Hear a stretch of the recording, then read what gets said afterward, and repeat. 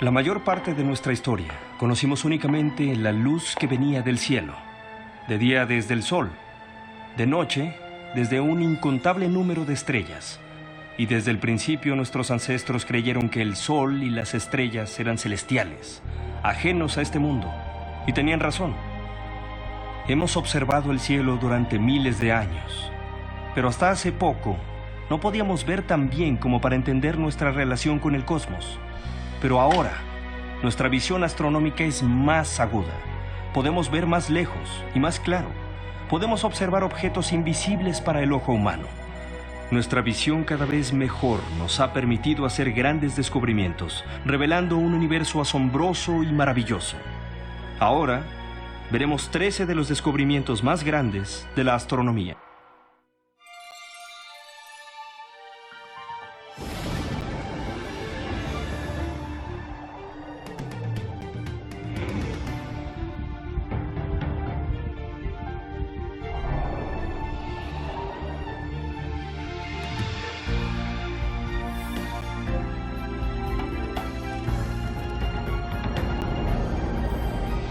Los 100 descubrimientos más grandes del canal de la ciencia. Astronomía, con su anfitrión Bill Nye. Los planetas se mueven. Nuestro primer gran descubrimiento se desarrolló durante siglos, mientras los primeros humanos veían el cielo en lugares como este, los desiertos vacíos y sin nubes del suroeste americano, el Medio Oriente, África y Sudamérica. Los astrónomos antiguos más importantes fueron los mesopotámicos. Pensaban que los objetos en el cielo eran dioses y construyeron torres gigantescas para registrar la salida y la puesta del sol, la luna y las estrellas.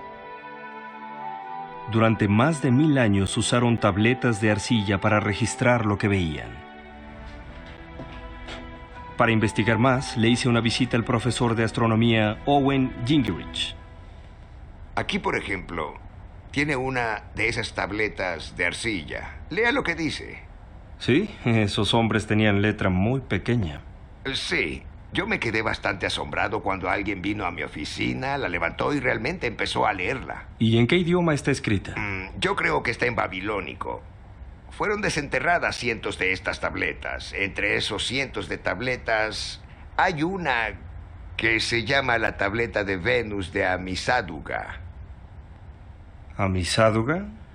Bueno, él fue un rey de Babilonia de la remota antigüedad, en el siglo XVI o XVII antes de Cristo. Los mesopotámicos hicieron los primeros registros y los griegos dieron el siguiente paso. Algunos de los astrónomos griegos hicieron un viaje de campo y llegaron a Mesopotamia para averiguar qué había sucedido en aquel lugar, y parece que trajeron con ellos algunos registros sistemáticos. Así que finalmente esa fue la base para formular una teoría matemática del movimiento planetario. Con sus observaciones, los griegos desarrollaron una visión del sistema solar que estaría vigente durante 2000 años. Que los planetas se mueven girando alrededor de la Tierra. Haría falta el siguiente gran descubrimiento para corregirla. La Tierra se mueve. El año 1543. Un hombre de 70 años agonizaba. Su nombre, Nicolás Copérnico. Era médico y abogado de profesión, pero también astrónomo aficionado durante casi 40 años.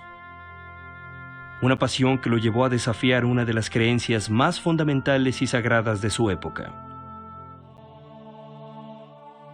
Desde joven, Copérnico había estudiado el cielo y descubrió que el sistema griego con la Tierra en el centro predecía mal el movimiento de los planetas. Empezó a preguntarse si la Tierra misma se movía. Aquí tenemos el sistema. Esta es la idea de Copérnico.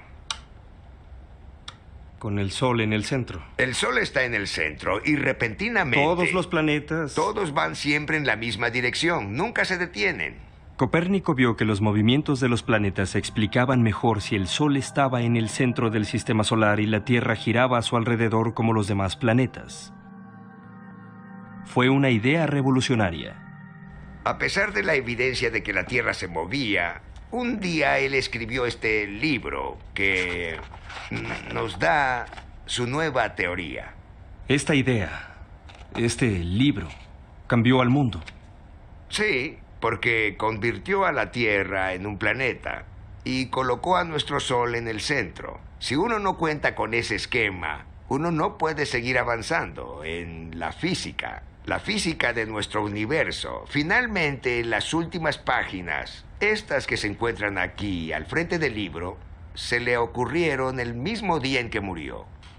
Yo sospecho, él debió estar ahí recostado, semiparalizado por una apoplejía. Probablemente estuvo resistiendo hasta que se aseguró de que había terminado.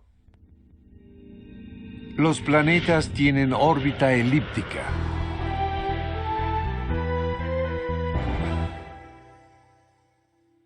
Todos, desde los griegos hasta Copérnico, supusieron que las órbitas de los planetas eran circulares. Pero en 1571 el matemático alemán Johannes Kepler derribó esa suposición con el siguiente gran descubrimiento. A falta de cálculos, Kepler improvisó formas de calcular la órbita circular de Marte. El trabajo era tedioso. Kepler escribió que por poco se vuelve loco pensando y calculando ese asunto.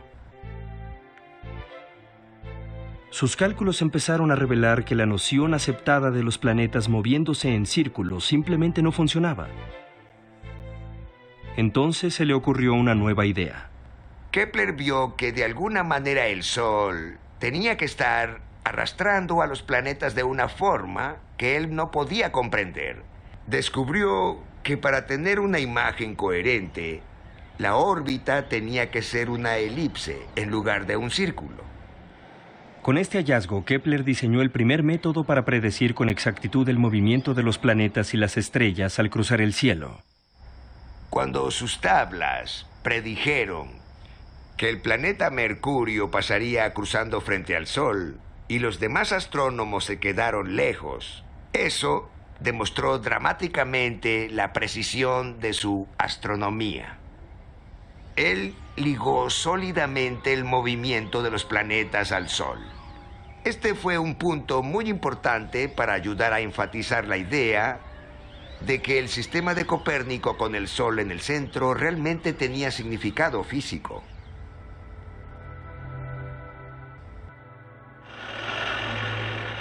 A pesar del éxito de la teoría de Kepler, muchos se resistieron a creer que el Sol pudiera ser el centro del sistema solar.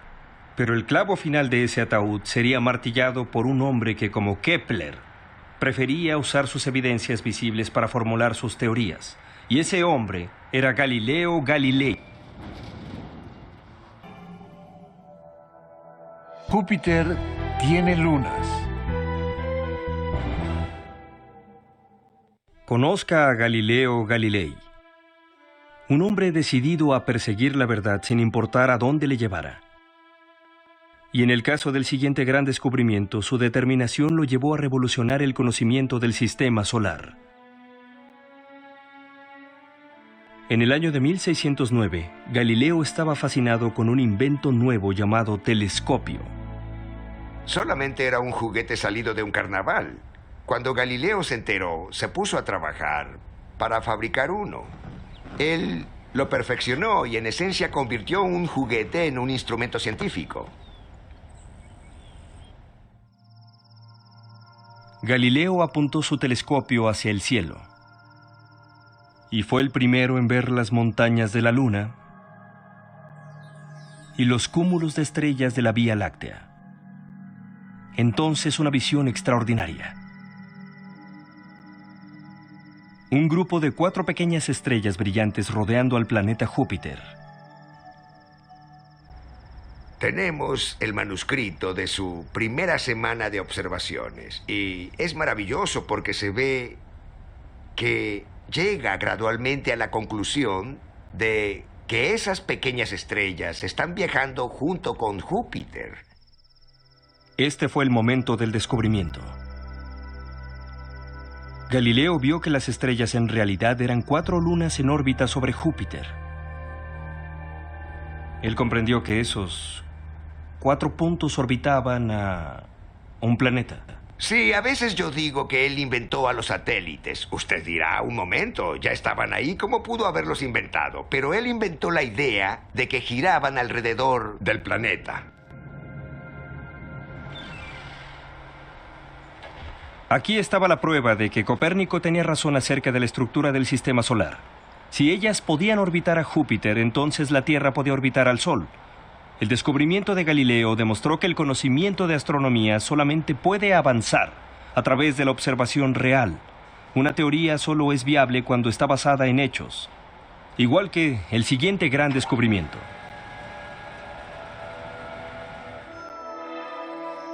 El cometa de Halley.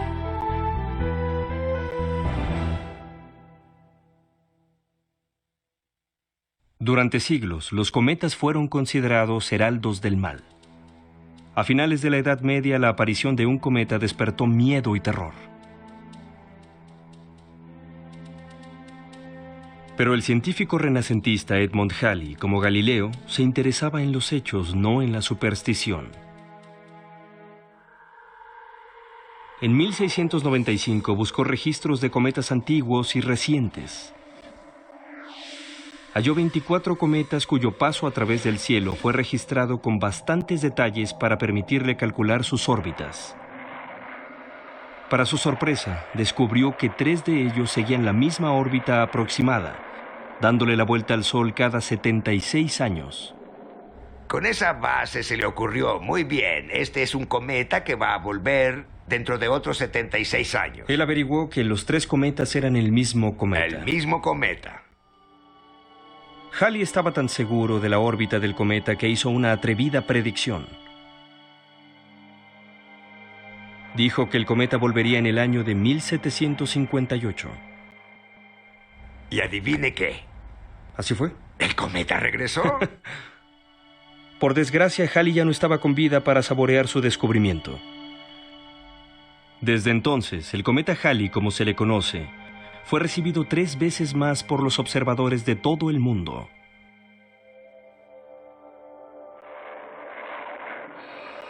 Ya no es un heraldo del mal.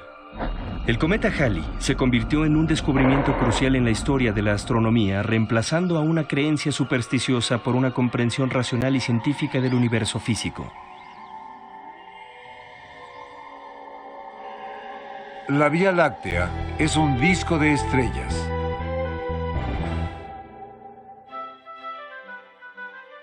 En el siglo XVIII, William Herschel era un músico clásico.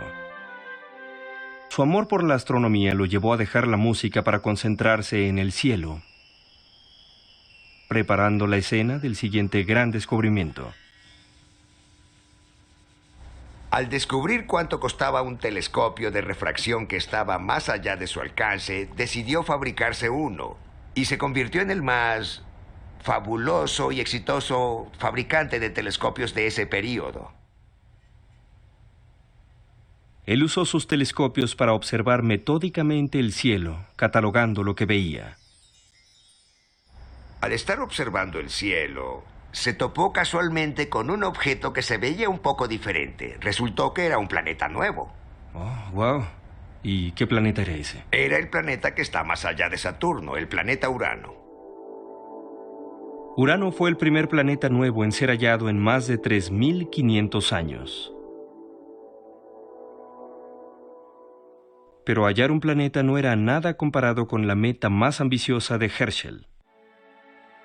Construyó un telescopio de 6 metros. Luego dividió el cielo en secciones iguales y contó sistemáticamente las estrellas de cada campo. Era una tarea meticulosa, monumental. Lentamente, al contar las estrellas, Herschel reveló algo extraordinario. La Vía Láctea era mucho más grande de lo que todos creían. Era un gigantesco disco de estrellas. Algunos campos estaban atestados. Uno tenía más de 250.000 estrellas. Otros campos más lejanos estaban prácticamente vacíos. El descubrimiento de Herschel fue una revelación. Este es un modelo razonable de la Vía Láctea como la conocemos. Pero Herschel solo estaba viendo una zona, como de este tamaño, ¿no es así? Lo que Herschel veía era un pequeño espacio así. Quizá algo así. Realmente un pequeño espacio de la Vía Láctea. Pero aún esa pequeña parte cambió en mucho el estudio de la astronomía. Su descubrimiento reveló que nuestro sistema solar solo es una isla en un profundo universo en expansión.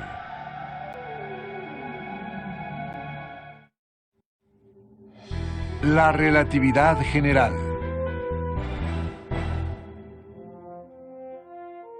Gracias a las reflexiones de un anónimo empleado de una oficina de patentes de Suiza, el siguiente gran descubrimiento reveló que el universo es un lugar extraño y misterioso. Ese empleado era Albert Einstein. A principios de 1900, él estaba confundido, junto con el resto de la comunidad científica, por la órbita del planeta Mercurio.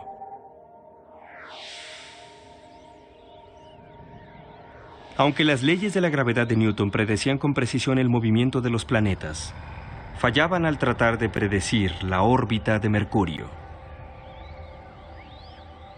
El enigma tenía que ver con el perihelio de Mercurio, el punto de su órbita en el que pasaba más cerca del Sol.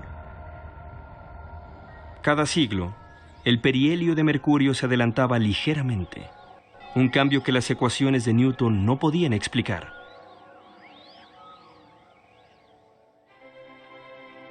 Atrevida y sorpresivamente, el joven Einstein propuso su propia teoría para explicar el enigma de la órbita de Mercurio y desarrolló una teoría que refinó las leyes de la gravedad de Newton. Michio Kaku es un físico teórico de la City University de New York. Y Newton dice que la gravedad viaja instantáneamente a través del espacio. Y ahí es donde Einstein pensó que había una debilidad en la teoría de Newton. Él quería una teoría que pudiera explicar la gravedad. Él quería una teoría que pudiera explicar la aceleración, el movimiento quebrado y en círculos. Tenía que haber ondas de gravedad. Se necesita tiempo para que la gravedad haga su magia. Propagarse. Si el Sol desapareciera, tardaríamos 8 minutos en darnos cuenta de ese hecho. Incluso la gravedad viaja a la velocidad de la luz. Einstein necesitaba un nuevo esquema para explicar eso, y ese esquema era el espacio curvo, que el espacio mismo tiene forma de curva, y que por eso los objetos se mueven. Einstein creía que su concepto del espacio curvo era la causa del cambio en la órbita de Mercurio. Einstein llamó a su idea la teoría general de la relatividad. Imagínese que tiene una red tensa y pone una bola de bolos en el centro mismo de la red. La bola de bolos se hunde en el centro de la red y lanza una canica a lo largo del borde de la red. La canica hará una órbita alrededor de la bola de bolos. Ahora véalas desde arriba. Newton quizá nos dirá que existe alguna fuerza. Una fuerza instantánea e invisible tirando de la canica hacia la bola de bolos. Pero Einstein diría que no hay una fuerza, que no hay atracción, que solo es una red que está tensa. ¿Por qué la canica está en órbita alrededor de la bola? Porque la red tensa está empujando a la canica. Así que ¿por qué estoy sentado en esta silla? No porque la gravedad tire de mí hacia el suelo, sino porque el espacio me empuja hacia abajo, hacia el planeta Tierra. La idea de que el espacio se deforma por la masa era muy extraña para que muchos la aceptaran. El siguiente eclipse solar le dio a los científicos la oportunidad para poner a prueba la nueva teoría de Einstein. Se tomaron fotografías de las estrellas de fondo antes del eclipse y después de él. Luego fueron comparadas con otras tomadas durante el eclipse. Las fotos muestran que las posiciones de las estrellas en el eclipse cambiaron hacia adentro, doblándose al pasar la luz a través del campo gravitacional del Sol. La teoría general de la relatividad de Einstein tenía razón. Su gran descubrimiento sacudió al mundo.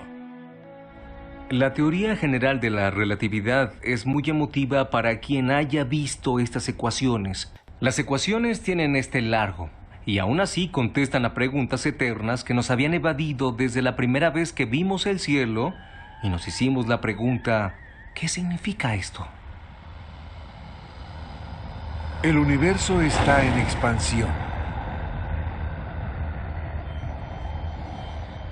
Esa teoría demostró que el espacio era más extraño de lo que podíamos imaginar. Cualquiera menos Einstein, claro. Para entender mejor este universo extraño, necesitábamos hacer más observaciones. Se necesitaban telescopios más grandes y poderosos, como el que llevó al siguiente gran descubrimiento.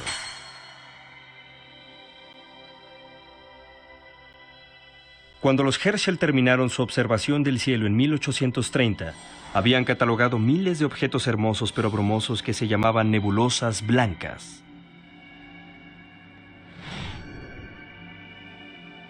En esa época, nadie sabía si eran parte de nuestra galaxia o universos distantes y aislados como la Vía Láctea.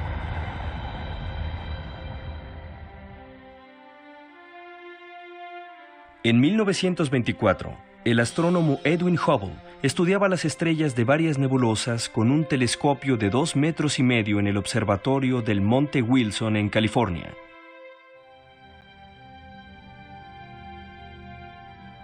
Gracias al telescopio, Hubble calculó que las galaxias estaban a muchos cientos de miles, incluso a millones de años luz.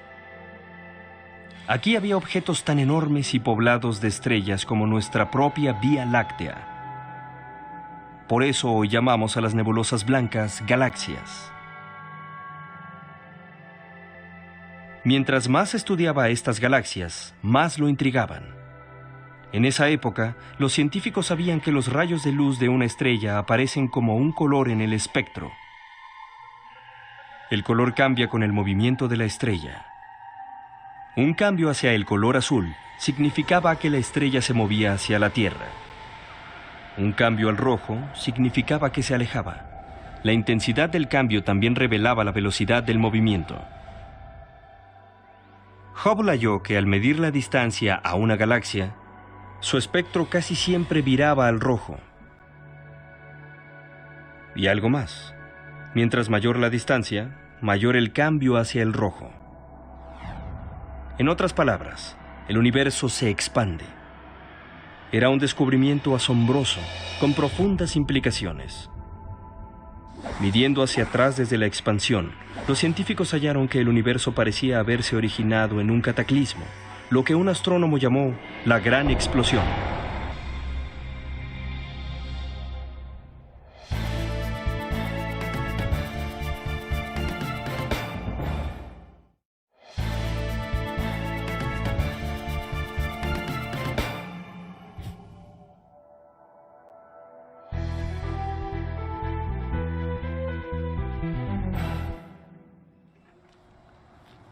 Tres años después de que Hubble descubrió el universo en expansión, el siguiente gran descubrimiento reveló un objeto misterioso oculto tras el polvo en el centro de la Vía Láctea y dio origen a una nueva rama de la astronomía, al usar longitudes de onda invisibles para nuestros ojos.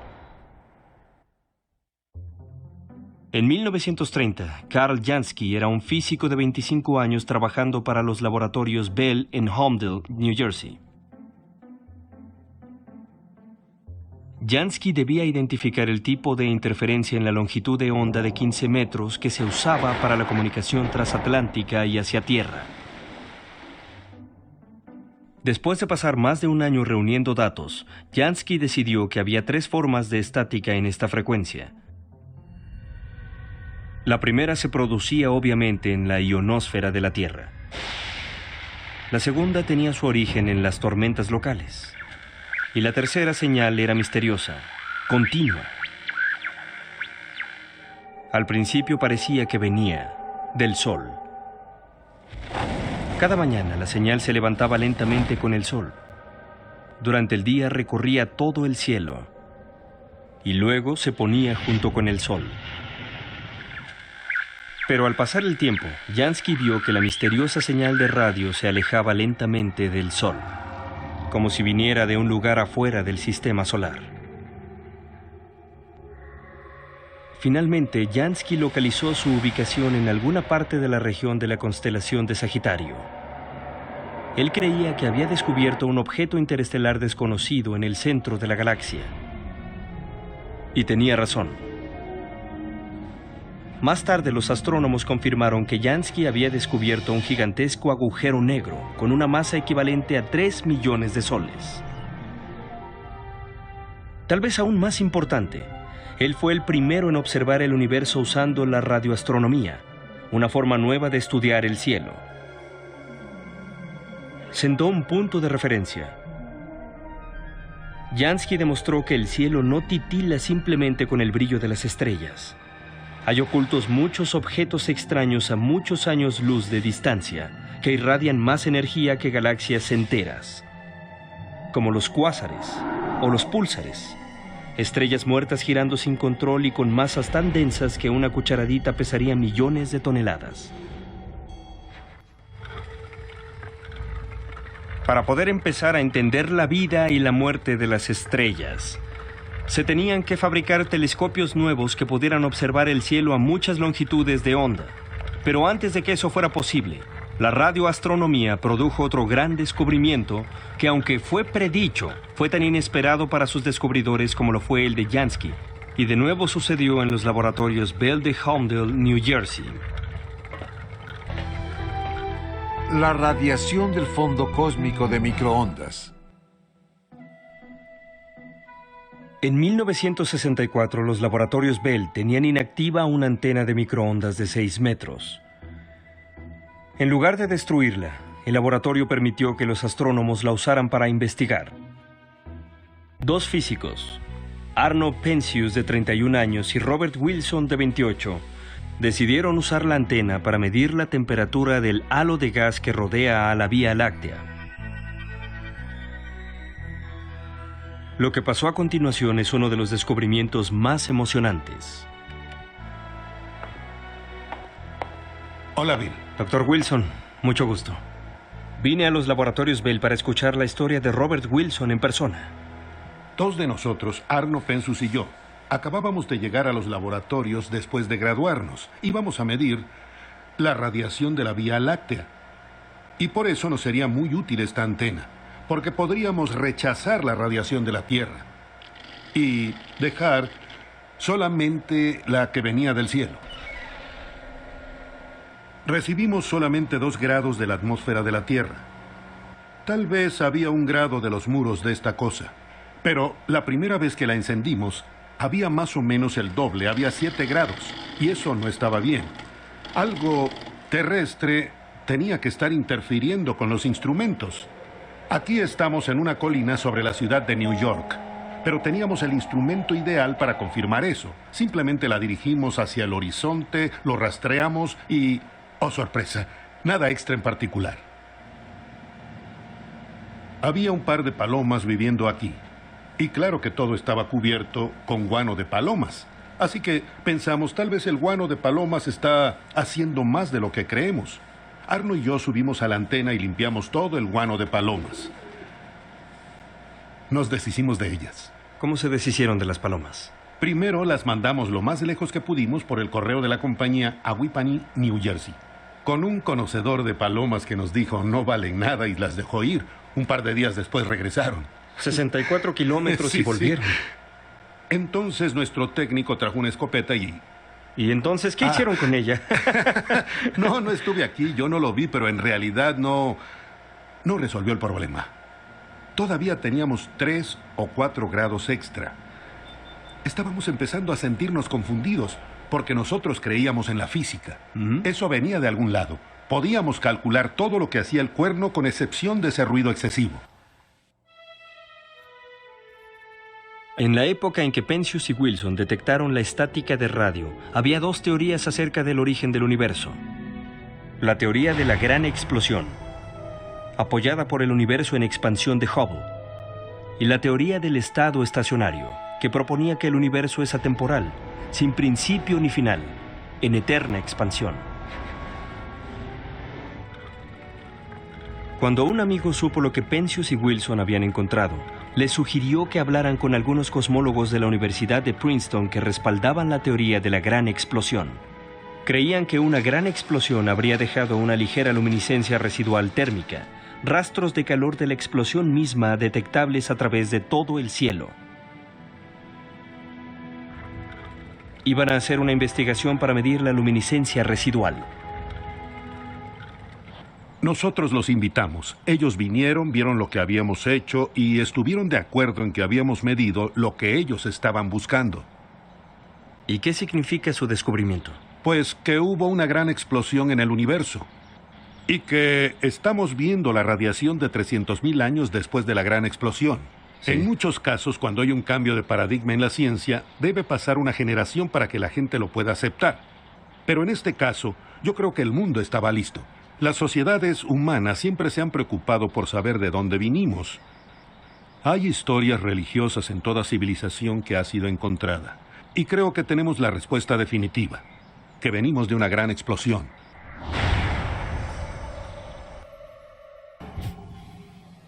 Explosiones de radiación gamma. La llegada de la era espacial inició una era dorada de la astronomía que sigue vigente hoy en día.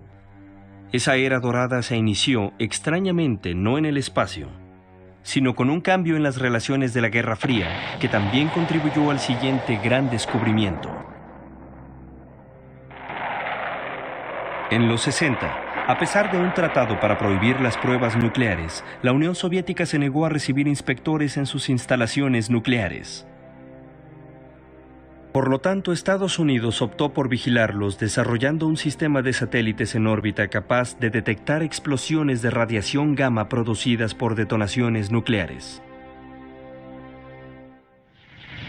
Como los detectores satelitales veían arriba y abajo, los científicos decidieron usarlos para ver si las supernovas producían radiación gamma al estallar. Entre el 69 y el 72, detectaron evidencia de 16 explosiones breves de radiación gamma distribuidas por el cielo. Solo había un problema. Ninguna correspondía con alguna de las supernovas conocidas. Y el misterio se intensificó. En 2 décadas, los astrónomos detectaron un promedio de una explosión de radiación gamma al día. Pero eran tan rápidas que pasaban antes de que los astrónomos pudieran dirigir el telescopio hacia ellas. Finalmente, los astrónomos empezaron a resolver el enigma con la ayuda del telescopio espacial BEPOSAX, que fue diseñado específicamente para detectar explosiones cortas de rayos gamma y rayos X y localizar su ubicación. El 14 de diciembre de 1997, el BEPOSAX localizó una explosión gamma, lo que llevó a las primeras fotografías de una explosión en longitudes de onda diferentes a los gamma. Para su sorpresa, los astrónomos descubrieron que la explosión tuvo lugar en una galaxia a 12.000 millones de años luz de distancia, por lo que era una de las explosiones más poderosas del universo. Desde entonces han sido documentadas docenas de otras explosiones de radiación gamma, todas igual de poderosas y lejanas. ¿Qué significa todo esto? El descubrimiento de las explosiones gamma nos ha demostrado que ocultos tras el velo de la atmósfera de la Tierra hay objetos que no solo son extraños y difíciles de comprender. Agujeros negros, púlsares, cuásares, sino que también son mortales. Las explosiones de radiación gamma ya son consideradas una posible causa de extinciones en la Tierra. El científico Sir Arthur Eddington dijo: "El universo no solo es más extraño de lo que imaginamos, es más extraño de lo que podemos imaginar". Pudo referirse a las explosiones de radiación gamma, al universo en expansión o a la teoría general de la relatividad. También describe a la perfección el siguiente gran descubrimiento. Planetas en órbita alrededor de otras estrellas. Antes era imposible que los astrónomos se imaginaran descubriendo otros sistemas solares con planetas como el nuestro. Pero hoy sí lo pueden imaginar gracias a poderosos telescopios espaciales y en tierra como este, en el Observatorio Lick del Monte Hamilton, California, donde Jeff Marcy está buscando planetas nuevos. ¿Cómo se descubre un planeta en un sistema solar? Pues eso es muy fácil. Observamos la estrella para ver si se está bamboleando por la atracción gravitacional de ese planeta. Muy fácil. Muy fácil. Solo necesita esto. Así es, el telescopio de 3 metros del Observatorio Lick. Obviamente los planetas no producen su propia energía. Brillan, claro, por la luz que reflejan, pero tienen una 1000 millonésima de la luminosidad de su estrella. Realmente no se pueden ver ni con el Hubble. Usamos un truco, para eso sirve este telescopio. ¿Un truco? El efecto Doppler es nuestro truco. Medimos el bamboleo de la estrella por los cambios en las ondas de luz que vienen desde ella cuando está bamboleándose. La búsqueda de sistemas planetarios extraterrestres ganó impulso a principios de los 90, cuando un astrónomo polaco hizo un sorprendente descubrimiento. Alex Folchan hizo un descubrimiento maravilloso. Es un sistema con 3 planetas orbitando un púlsar, y el modo en que lo descubrió fue emocionante. Él observó los pulsos que salían de ese púlsar, y la llegada de esos pulsos cambian al acercarse o alejarse el púlsar de nosotros. Esas son estrellas espantosas. Los púlsares despiden rayos X ultravioleta y rayos gamma. Son los extraños productos de la explosión de una supernova. A pesar de ese ambiente extraño, hay planetas del tamaño de la Tierra en su órbita. Si hay planetas como la Tierra alrededor de ellos, puede apostar que hay planetas como la Tierra en otras estrellas. ¿Hay planetas del tamaño de la Tierra en ellas? Del tamaño de la Tierra y de la Luna, entre los 3, sí. Él los detectó, ¿no? Él los detectó por el bamboleo de ese púlsar. Es lo más fantástico del mundo. Es increíble. Desde el descubrimiento de Folchan, Marcy y otros astrónomos han hallado más de 130 planetas fuera de nuestro sistema. Pensamos que nunca hallaríamos ni un planeta. Y hemos encontrado los únicos sistemas con 3 planetas y con 4 planetas utilizando este telescopio. Vaya, pero esos planetas son muy grandes. Son planetas del tamaño de nuestro Júpiter, Saturno, y el más pequeño es el tamaño de Neptuno. Sí, el pequeño Neptuno. Es interesante. Hallamos planetas del tamaño de Júpiter, pero hay unos varias veces más grandes que la Tierra. Aún no han sido hallados planetas parecidos a la Tierra, pero la búsqueda continúa. ¿Cómo eligen a una estrella como candidata? Tratamos de elegir estrellas más o menos parecidas a nuestro Sol, algunas más grandes, otras menos grandes, pero de edad madura o más antiguas que se hayan asentado. Lo que buscamos en un planeta habitable como la Tierra es que la temperatura tiene que ser correcta, ni tan fría que el agua se convierta en hielo, ni tan caliente que se convierta en vapor. Un planeta a la distancia correcta de su estrella, para que el agua sea líquida y para que la evolución haga lo suyo durante miles de millones de años. Parece Ricitos de Oro con su sopa. Así es, ni demasiado caliente ni demasiado fría. Suponga que tuviera un telescopio, un artefacto, un aparato bastante sensible para hallar un planeta como la Tierra. ¿Usted lo apuntaría hacia las estrellas con planetas que ya han identificado? Por supuesto, los Júpiter y los Saturno que estamos hallando son las señales, son los puntos de referencia de sistemas que pueden tener tierras, sobre todo si hay un Júpiter bastante lejos de la estrella que deje espacio para una Tierra en la órbita habitable de esa estrella. ¿Qué lo impulsó a buscar los planetas en otras estrellas? Bueno, recuerdo que cuando era niño yo me ponía a pensar, me pregunto si habrá otras tierras ahí afuera y en ese caso si alguna es habitable y si hay vida en esos planetas y en particular vida inteligente. A los humanos en general nos gustaría saber si estamos solos en el universo. Hay otros planetas como la Tierra, planetas habitables, hay otras criaturas ahí afuera que piensan, sueñan y en realidad nos buscan a nosotros. Creo que al final los humanos tratamos de hallar nuestras raíces ahí afuera, química y biológicamente entre las estrellas. El universo está en aceleración. Al expandirse el universo después de la gran explosión, era lógico que la atracción gravitacional de la materia tirara de ese material e hiciera que perdiera velocidad. ¿Pero qué tanta velocidad está perdiendo? En los 90, el telescopio espacial Hubble hizo posible que los científicos respondieran esa pregunta al estudiar la brillantez de la luz de la explosión de un tipo especial de la estrella llamada supernova de tipo 1A. Hice una visita al Laboratorio Nacional Lawrence Berkeley de San Francisco.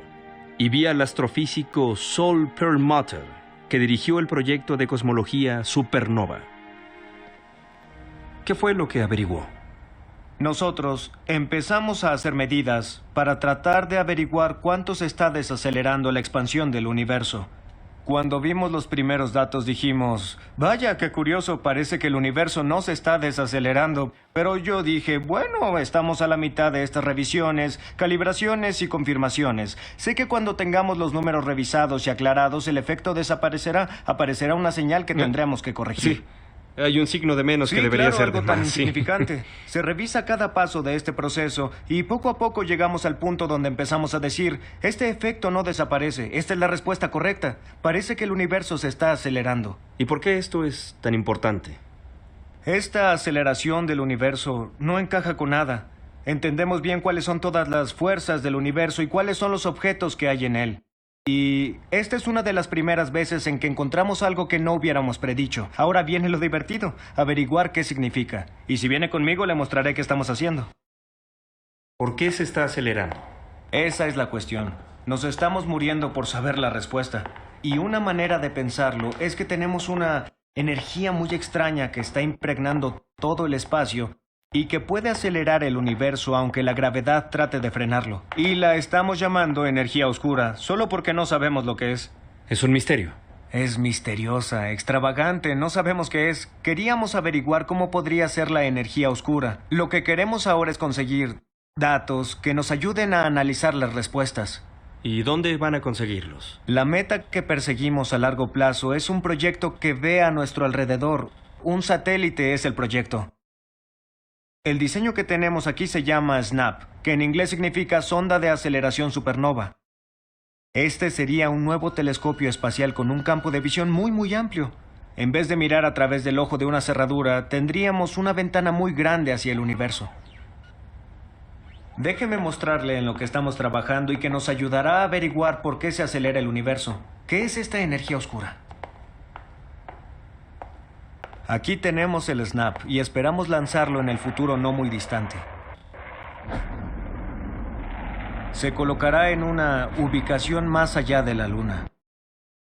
Desde ese punto se puede medir la historia de la expansión con tanto detalle que podremos ver los cambios pequeños al pasar de la desaceleración a la aceleración. Cuando el universo era muy denso y estaba unido, la gravedad era más importante y hacía lenta la expansión, pero al seguir la expansión, aunque fuera cada vez más lenta, eso cambió. La gravedad se hizo menos importante que la energía oscura que dominó y aceleró la expansión. Buscamos exactamente cómo fue que ocurrió ese cambio. Eso nos dirá cuáles de las diferentes teorías posibles podrían explicar a la energía oscura. Siempre en expansión. Exacto. Pero lentamente, luego más rápido. Exacto, así Ahí que es donde estamos exacto, ahora. esa es la cuestión.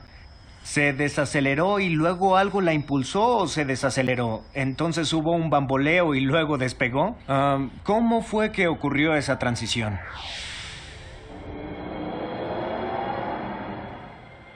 Como los astrónomos de la antigüedad, los científicos modernos han descubierto en el cosmos algo que todavía no podemos explicar. Depende de los observadores y los teóricos averiguar qué está sucediendo en nuestro universo en expansión. Para esto, necesitan ideas nuevas y mejores instrumentos. Ya sea que este misterio se resuelva pronto o en el futuro lejano, podemos estar seguros de una cosa. Vamos a seguir vigilando el cielo para entender nuestro lugar en el cosmos. Vamos a continuar explorando, entendiendo y descubriendo.